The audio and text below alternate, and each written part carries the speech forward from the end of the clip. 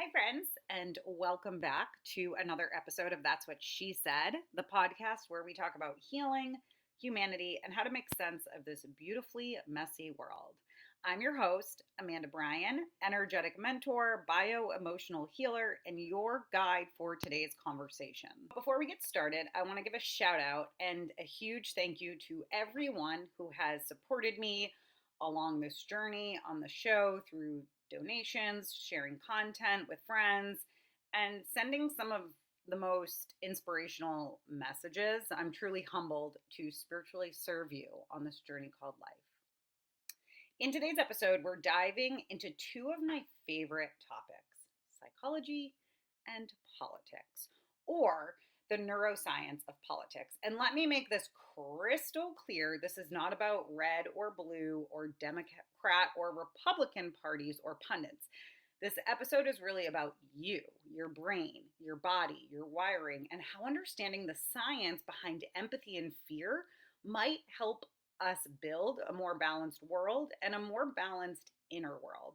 And stick around to the end because I am going to have a guided meditation for you that will help balance both of these energies within yourself. I'm so fascinated by the human mind and behavior, how we operate, why we do and think and believe the things that we do, we think and believe. And I hope you find this episode as fascinating as I do, mostly because I think it finally gives more of a structured black and white way of viewing the current political landscape rather than the all gray that some people really struggle with. Some people really view the lines through black and white. And so asking them to see the world through gray is really challenging. So, okay, let's get into it. Your brain on politics.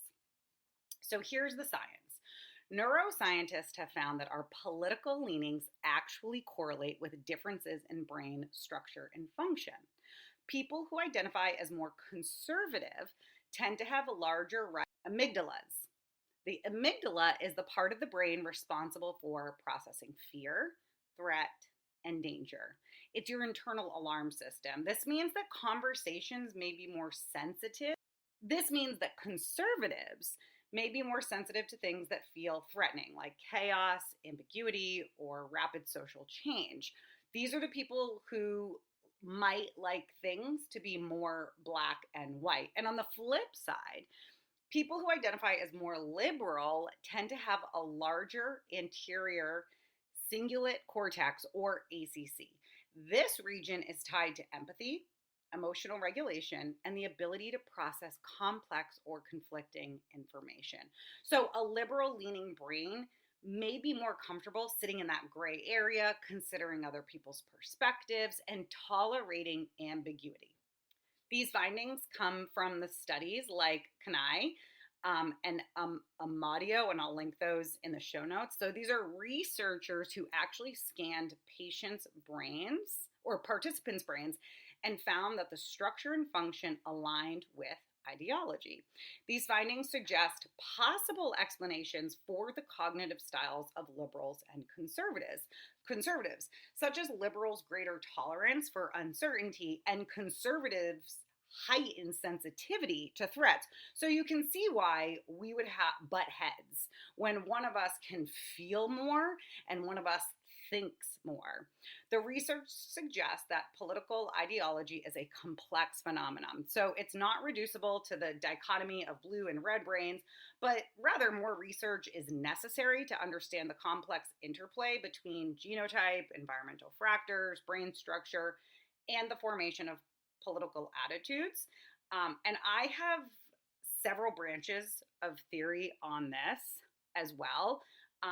In the book, The Theory of Everything by Ken Wilber, the book explores how humanity evolves through stages of consciousness, each one integrating more complexity, compassion, and awareness. So we are literally evolving as humans, but evolution is not guaranteed.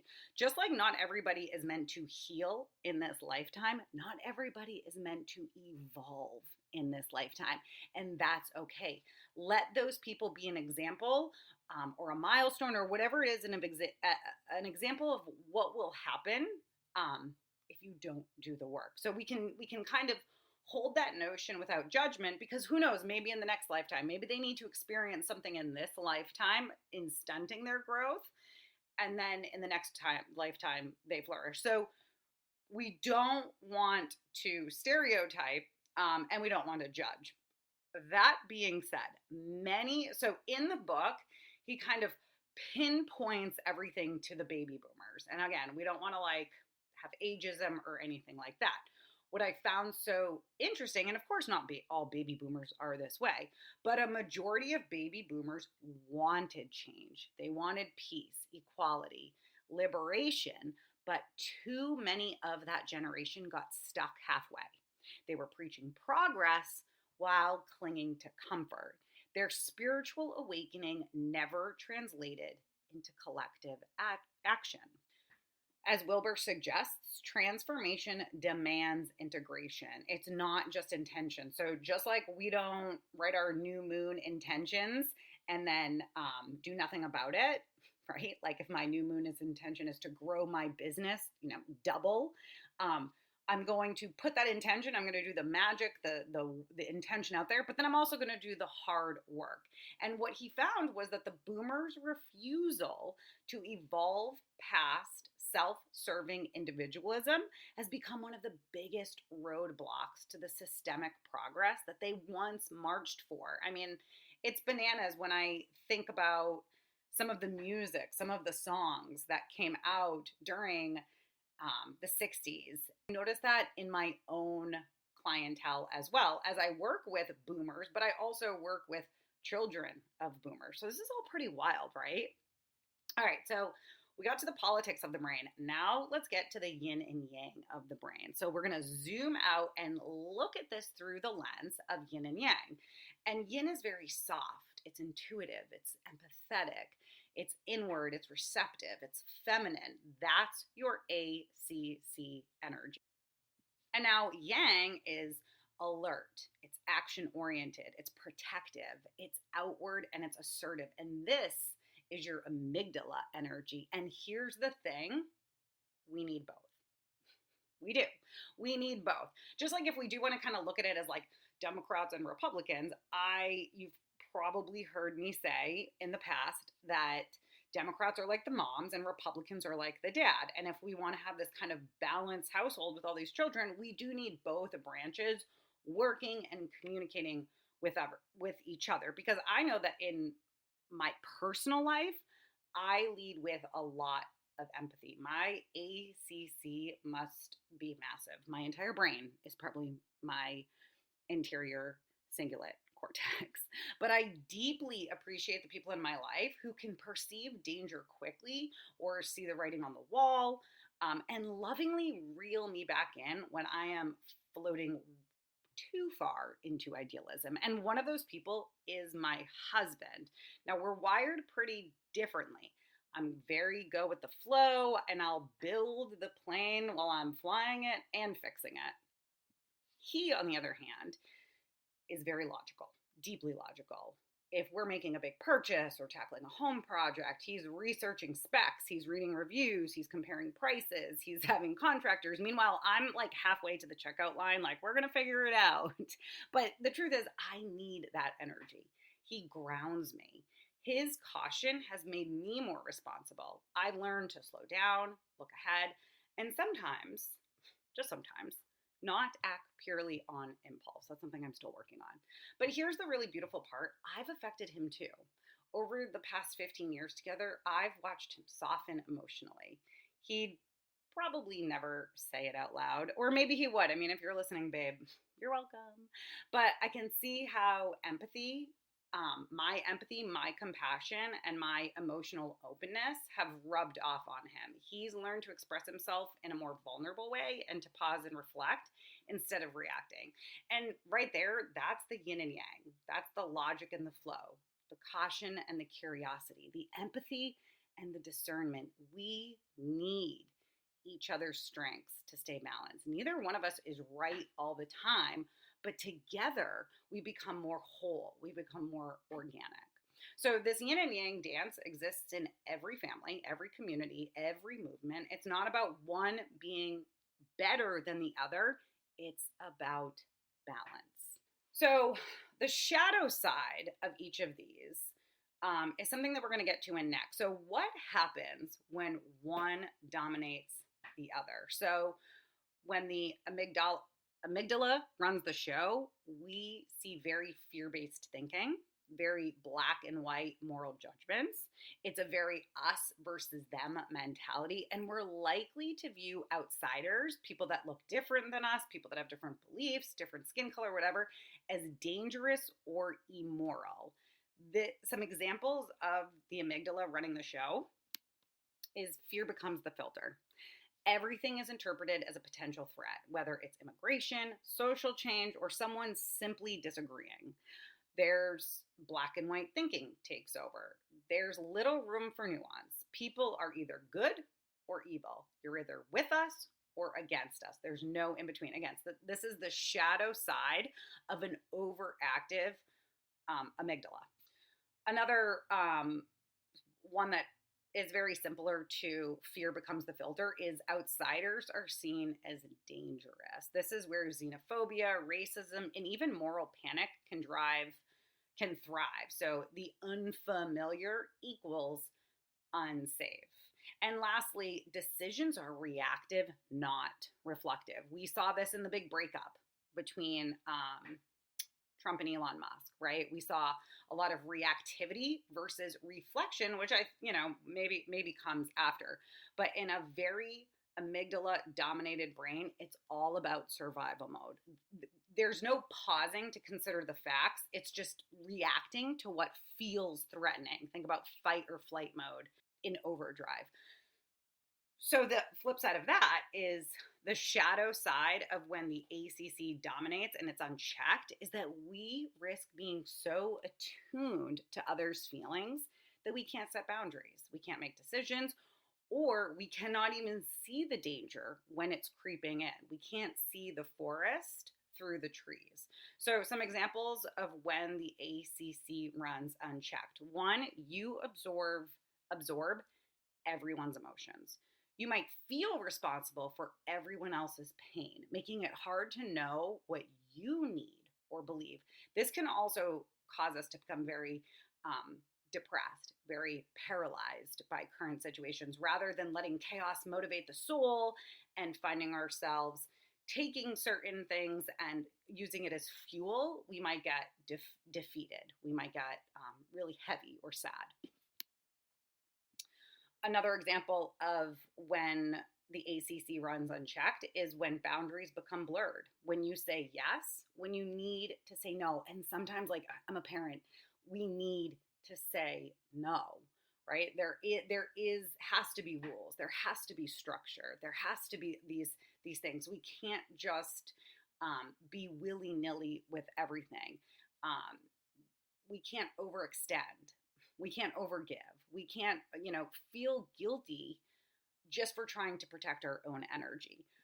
Number 3, you struggle to make firm decisions because you're constantly considering everyone else's feelings. You get stuck in indecision or avoidance. And I think that's why a lot of the time we don't see a lot of policies follow their way through, possibly on the very blue side. And number 4, you miss red flags.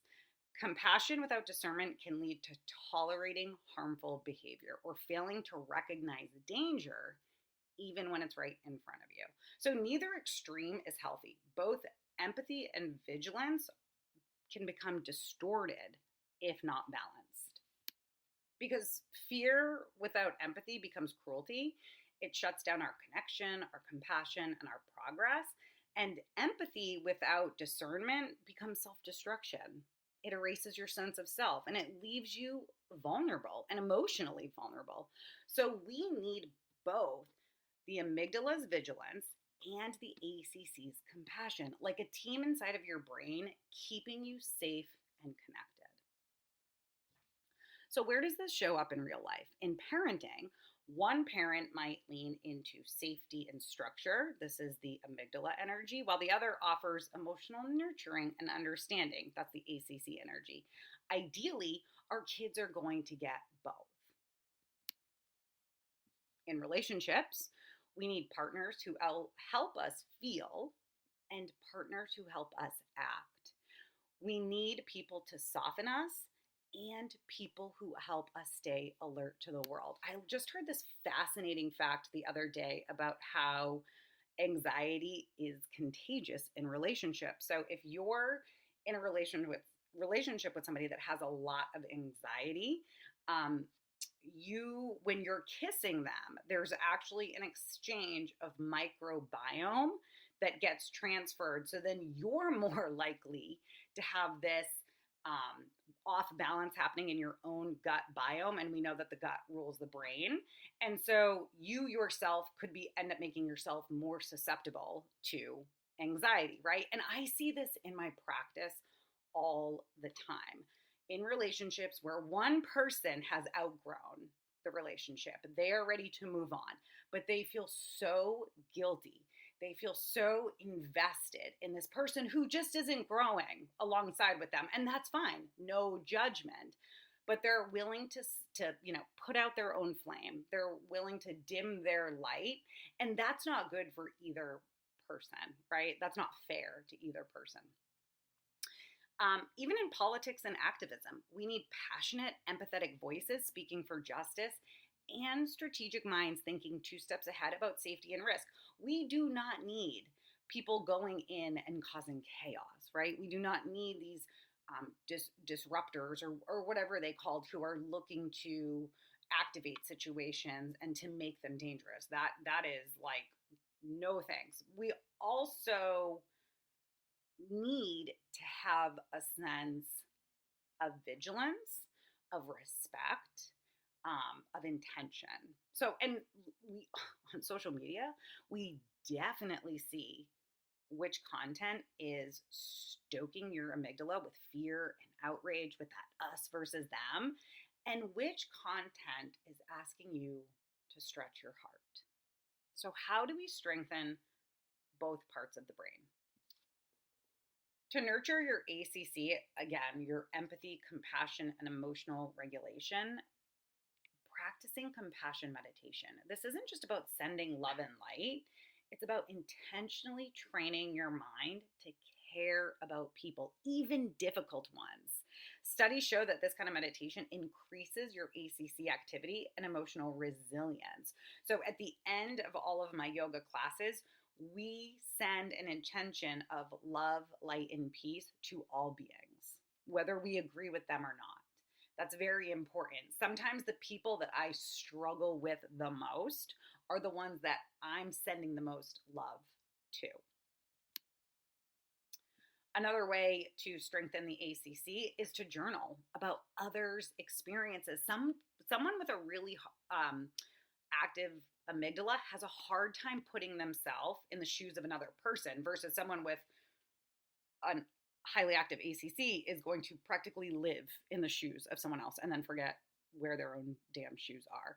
So if you find that you have a hard time putting yourself into people's perspectives, you can step into someone else's shoes and write from their perspective. Ask what they might be feeling. What might I not understand yet? This is going to build this cognitive empathy and help you widen your emotional lens. Last week, in one of the meditations that we did, is that we called in someone that we had a really difficult relationship with, and we sat with their hurt, with their sadness, right? We put ourselves in their situation so that we can build that emotional resilience. We can build that compassion, but we're also building our own strength to separate away from it. Sit with uncomfortable truths.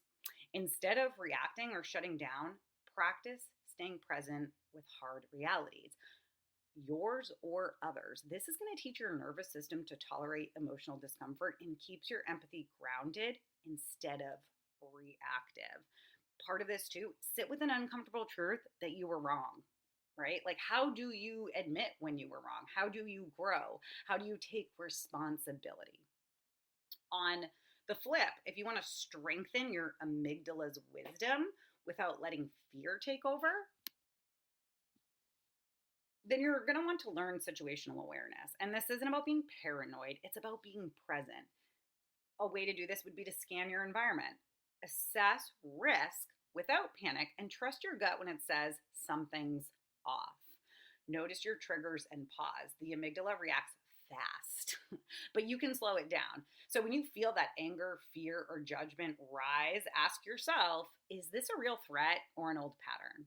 That pause that you give yourself holds so much power.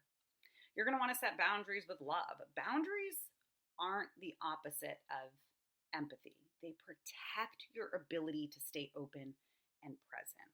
Saying no doesn't make you cold. It keeps your nervous system regulated and your energy clear. And that is going to help you and everybody else in your life. Okay, so how do we integrate both? How do we balance compassion and vigilance? There's so many great ways to do this. One is through yin yoga. Yin yoga is where we hold still. We hold these gentle postures for long periods of times, like 2 to 5 minutes. And this is teaching your body to stay with discomfort rather than avoid it. It's physical training for emotional and nervous system resilience. We're connected. Everything's connected. The brain, the body, the emotions, the spirit, right? Everything is connected. So when we're sitting in discomfort, when we're welcoming it in on the mat, when we're curious about it, that's something that's more easy to practice off of the mat as well. Like, so the more times you practice it on the mat, the more times you can practice it off of the mat. Another way to integrate both is to practice shadow work. So this is looking at the parts of yourself that you would rather not. Your fears, your judgments, your control patterns. Shine a light on them without shame.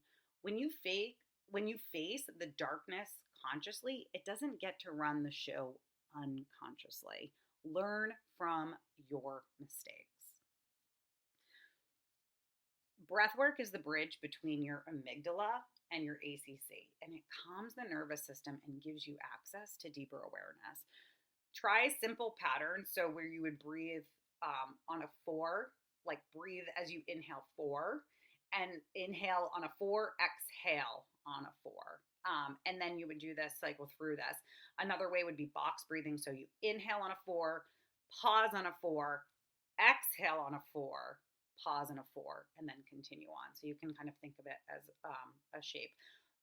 Kundalini Kriyas have wonderful breath work type of exercises. There's even breath work workshops that are a great way to bridge that gap between the amygdala and the ACC.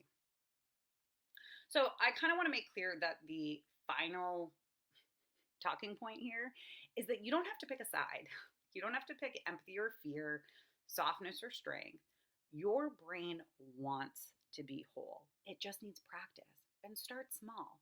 Pick one habit from each category and notice how your body, your boundaries, and your relationships begin to shift. Balance isn't something we achieve, it's something we practice again and again. So what does this mean for all of us? It, first of all, means that we're not broken. We're just wired differently. Some of us lead with protection, while others lead with compassion. The work is not to prove who's right or better. The work is to understand each other, to use our wiring for good. Imagine if the most empathetic among us learned to set strong boundaries, and if the most guarded among us softened enough to feel the pain of others. And that's the world that I want to live in. That's my purpose. That's my why of what I'm doing every single day. So I invite you to consider a journal prompt for the day. And this is for everyone. This might be like a really good way to kickstart off balancing both areas of your brain. So your journal prompt is, where in your life do you lead too much with fear? Where in your life do you lead too much with fear? Where do you lead too much with softness? Where do you lead too much with softness? What would balance look like for you today, right now?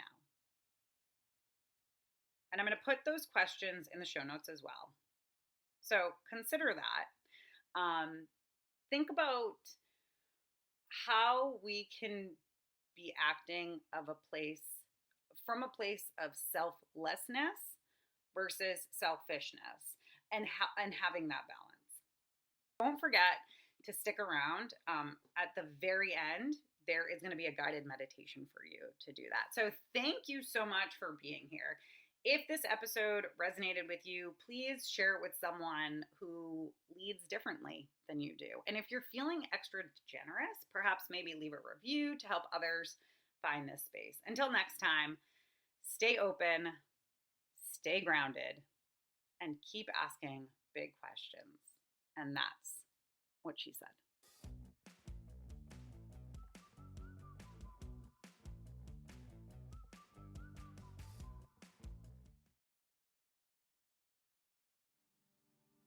In this meditation, we will bring balance to the amygdala and the ACC of our brains. Find a comfortable seated or lying down position. Allow your hands to rest gently in your lap or by your sides. Begin by softening your gaze or closing your eyes.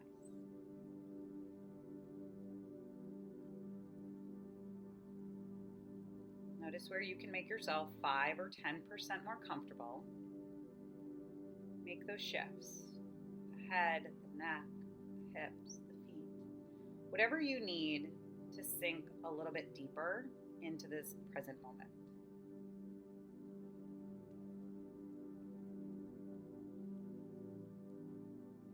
Beginning to call all the pieces of yourself from the past and the future to be here in this now moment. Honoring what it took to get right here. Now take a deep breath in through your nose. And exhale slowly through your mouth. Let yourself arrive here. Let's take 2 more rounds of that. Taking a deep breath in through your nose. And exhale slowly through your mouth. Inhale deeply through your nose.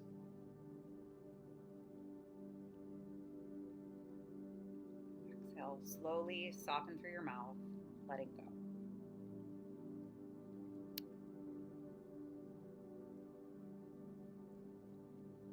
Allow your breath to return to a natural rhythm. Begin to drop into the body. Feel the support beneath you, whether it's the floor, the cushion, or the earth itself. Allow yourself to feel held.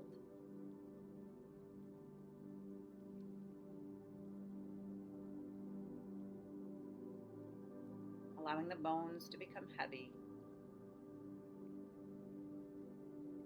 for the muscles to sink away from the bone.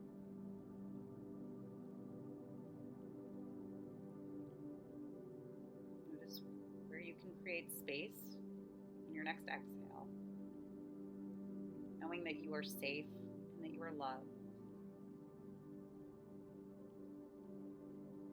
Now bring your awareness to your feet, your legs, your hips.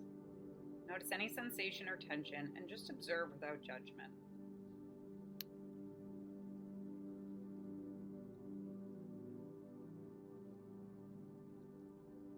Observing the lower parts of the body, the feet, the legs, the hips.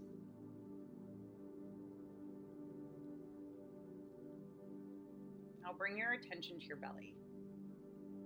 This is the seat of instinct. Notice, are you holding any fear here? Tightness, bracing?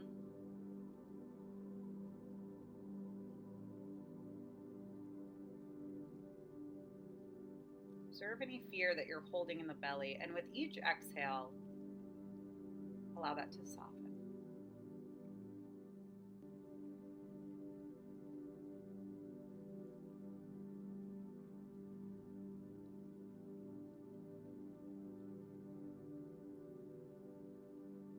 Now shift your focus to your chest, your heart space. This is the home of empathy, connection, and feeling. Breathe gently into this space and allow it to soften. Opening up the heart, softening into empathy.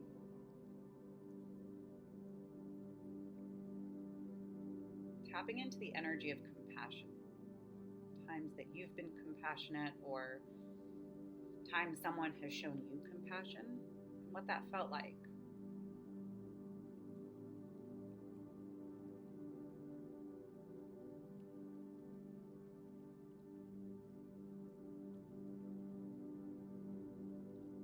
Let that go. We'll balance the protector and the healer. Imagine these two energies within you. On one side, the protector, your amygdala. It senses threat, it sounds the alarm, it keeps you safe. Offer gratitude for this part of you. Silently say, thank you for protecting me. Notice what this energy feels like in the body. Is it alert, watchful, tight? Breathe with it. Let it know it doesn't have to be on high alert right now.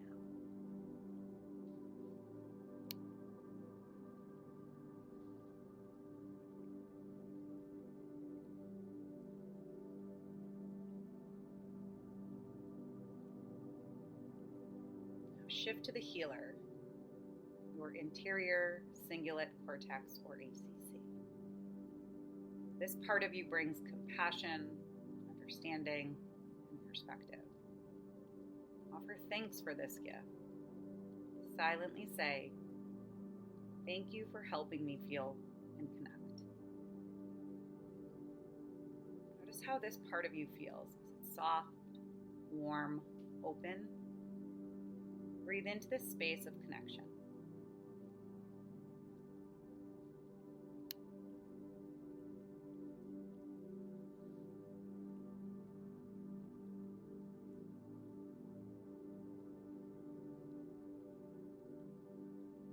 Now we begin to bridge the two, to bring both energies into awareness. The protector, the healer, the yang, the yin. Visualize them as two hands coming together in balance. You don't need to choose one or reject the other. If it helps, you can even clasp your hands together. Say to yourself, I honor both my vigilance and my compassion.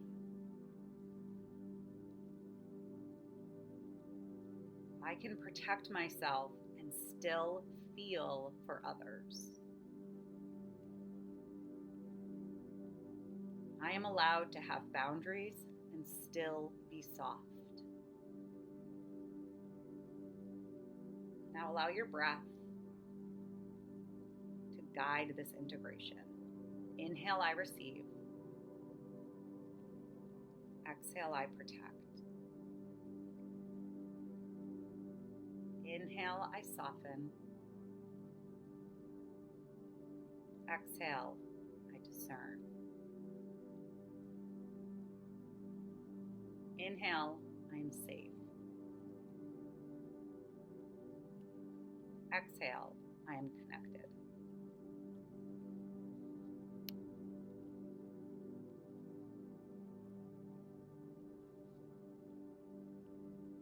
Take one more big breath in through your nose, fill up your lungs, let the chest rise, pause at the top, open up the mouth, and let it out. Begin to bring your awareness back to the space around you. Notice your breath. Notice any sounds. Feel the air on your skin, wiggling your fingers and your toes. Take one final breath, as if sealing this balance into your nervous system. And let it go. When you're ready, gently open up your eyes.